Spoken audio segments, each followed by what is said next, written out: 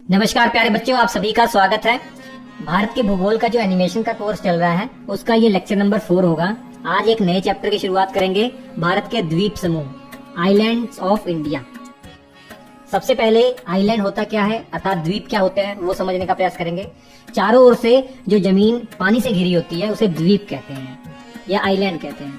अब ऐसे ही कई सारे द्वीपों का जो समूह होता है उसे द्वीप समूह कहते हैं। तो सबसे पहले हमें आज बात करनी है भारत के सबसे बड़े द्वीप समूह अंडमान निकोबार द्वीप समूह की। ये हमारा यूनियन टेरिटरी भी है और इसमें मुख्य तौर पर दो द्वीप समूह है, एक अंडमान द्वीप समूह और दूसरा निकोबार द्वीप समूह। इन दोनों को अलग करने का काम 10 डिग्री चैनल के द्वारा होता है। ये 10 डिग्री चैनल कुछ और नहीं, 10 डिग्री उत्तरी अक्षांशी है। हम बात कर रहे हैं अंडमान द्वीप समूह की, तो अंडमान द्वीप समूह में मुख्य तौर पर 4 आइलैंड है जो सबसे पहले हमें समझना है, तब बाकी बाद में हम समझेंगे। ये 4 पार्ट कौन कौन से हैं? उत्तरी अंडमान, मध्य अंडमान, दक्षिण अंडमान और लिटिल अंडमान। इन चारों के बारे में सबसे पहले समझ लीजिए। तो बात करते हैं उत्तरी अंडमान से। उत्तरी अंडमान की खासियत यह है कि पूरे अंडमान निकोबार द्वीप समूह का जो सबसे हाईएस्ट पॉइंट है, सैडल पीक जिसे कहा जाता है, ये उत्तरी अंडमान का ही हिस्सा है। सैडल पीक की हाइट 732 मीटर है समुद्र लेवल से। और उसके बाद बात करेंगे मध्य अंडमान की या मिडिल अंडमान की।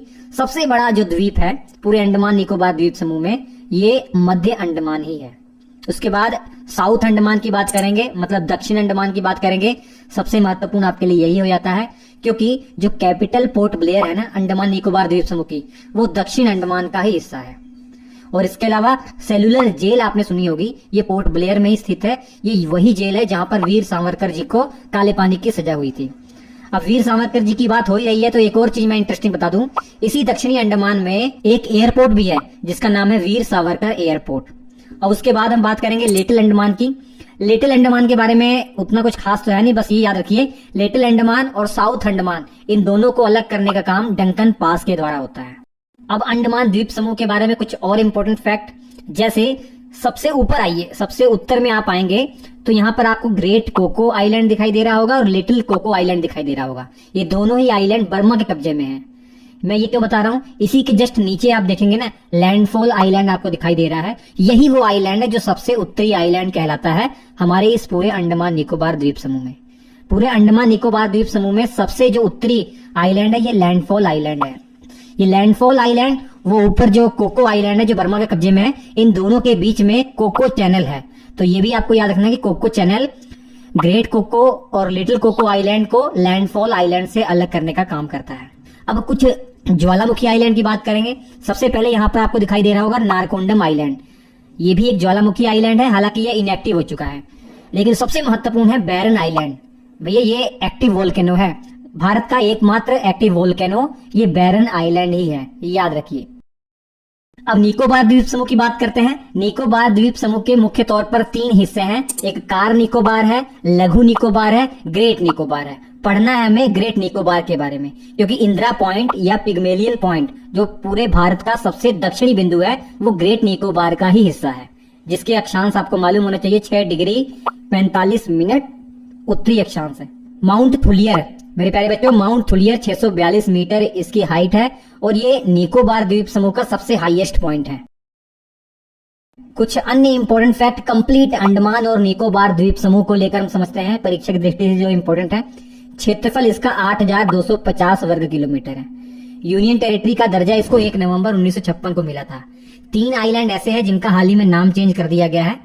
रॉस आइलैंड, इसका नाम बदलकर नेताजी सुभाष चंद्र बोस कर दिया गया है। नील द्वीप, जिसका नाम शहीद द्वीप कर दिया है। हैवलॉक द्वीप, जिसका नाम चेंज करके स्वराज द्वीप कर दिया है। और इस अंडमान निकोबार द्वीप समूह का जो न्याय अधिकार क्षेत्र आता है ना, कलकत्ता हाई कोर्ट के ही अधीन है। यहाँ आपको ग्रेट चैनल दिखाई दे रहा होगा। इस ग्रेट चैनल का काम है ग्रेट निकोबार को सुमात्रा आइलैंड जो इंडोनेशिया का पार्ट है इससे अलग करता है ये ग्रेट चैनल। अब बात करते हैं दूसरे द्वीप समूह की जो अरब सागर में है, लक्षद्वीप समूह। बहुत इंपॉर्टेंट ये भी है। इसका क्षेत्रफल मात्र 32 वर्ग किलोमीटर है। ये सबसे स्मॉलेस्ट यूनियन टेरिटरी है हमारे भारत का। कैपिटल इसकी कवरत्ती है और सबसे दक्षिणी जो इसका आइलैंड है वो मिनिकॉय है। इसका जो पुराना नाम था लकादीव, मिनिकॉय एंड अमीनीदीव था, जो बदल दिया गया है 1 नवंबर 1973 से, और अब क्या हो गया है, लक्षद्वीप हो गया है। लक्षद्वीप के बारे में जब पढ़ते हैं तो 9 डिग्री चैनल और 8 डिग्री चैनल के बारे में जरूर पढ़ते हैं। 9 डिग्री चैनल का काम है मिनिकॉय को बाकी के जो लक्षद्वीप के आइलैंड है इनसे अलग करने का काम है इसका। और 8 डिग्री चैनल का क्या काम है? 8 डिग्री चैनल कंप्लीट लक्षद्वीप को मालदीव से अलग करता है। सबसे महत्वपूर्ण जानकारी है लक्षद्वीप के बारे में कि ये एक प्रवाल द्वीप है, या इसे मूंगा द्वीप भी कहते हैं, या कोरल आइलैंड भी कहते हैं। ऐसा क्यों? क्योंकि इसका जो निर्माण हुआ है ना, वो प्रवाल जीवों के कारण हुआ है, या मूंगा जीवों के कारण हुआ है। मूंगा जीव ज्यादातर उष्ण कटिबंधीय वाले क्षेत्र में पाए जाते हैं, मतलब कर्क रेखा से मकर रेखा के बीच में जो समुद्र वाला इलाका है, कम गहरा समुद्र वाला इलाका, वहां ये पाए जाते हैं। इनकी खासियत ये है कि ये करोड़ों की अवस्था में एक साथ पाए जाते हैं। जब ये मर जाते हैं तो इनका जो बॉडी है ना, वो एक पत्थर का रूप धारण कर लेता है, कैल्शियम कार्बोनेट चट्टान का रूप धारण कर लेता है।